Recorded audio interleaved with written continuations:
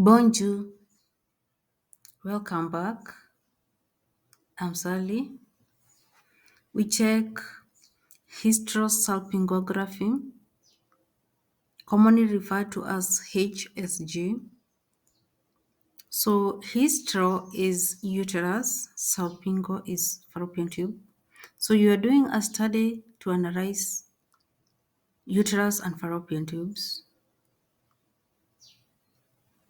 to understand why one is not getting pregnant, to check if the fallopian tubes are blocked, and if a woman had an ectopic pregnancy, to check how the tubes are.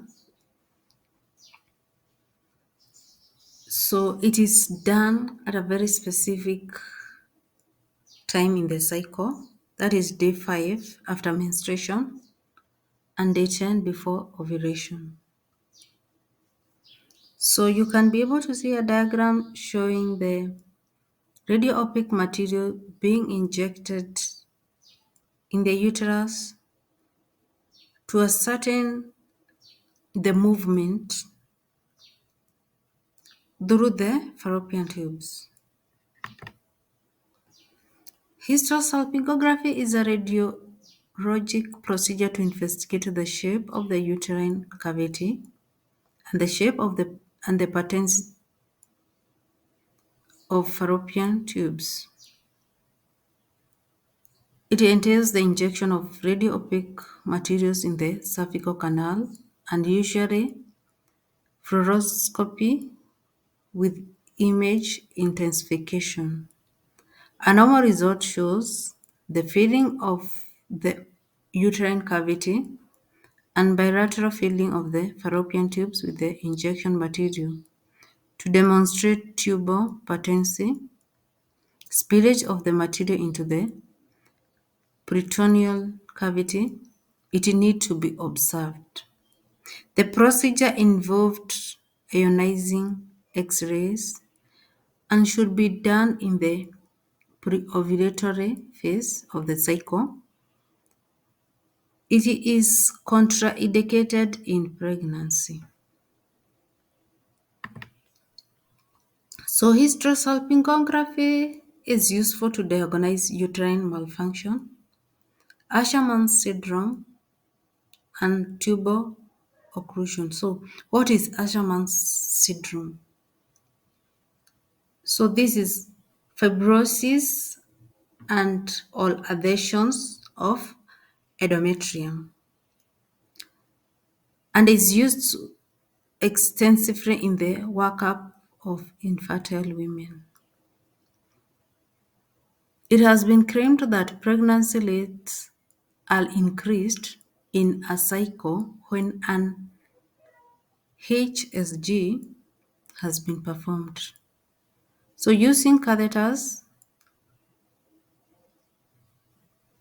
an interventional radiologist can open tubes that are proximally occluded.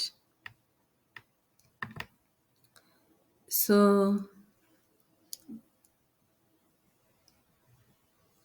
the test is usually done with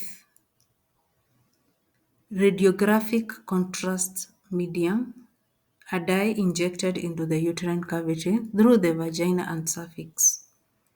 If the fallopian tubes are open, the contrast medium will fill the tubes and spill out into the abdominal cavity.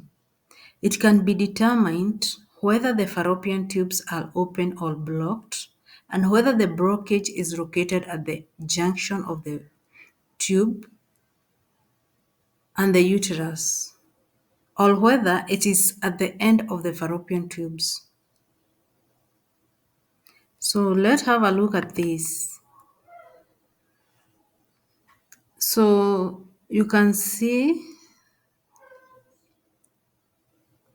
the radio opaque materials, they have been injected and one fallopian tube is open, so you can see the flow and the spillage. The other fallopian tube is blocked, So you can see clearly there is no movement of the fluid to that blocked fallopian tubes. So you're using a catheter and there is that injection that happened there. You eject that opaque material.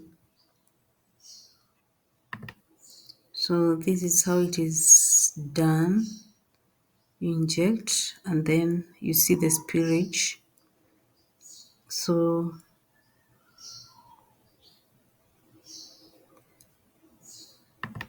thank you for watching.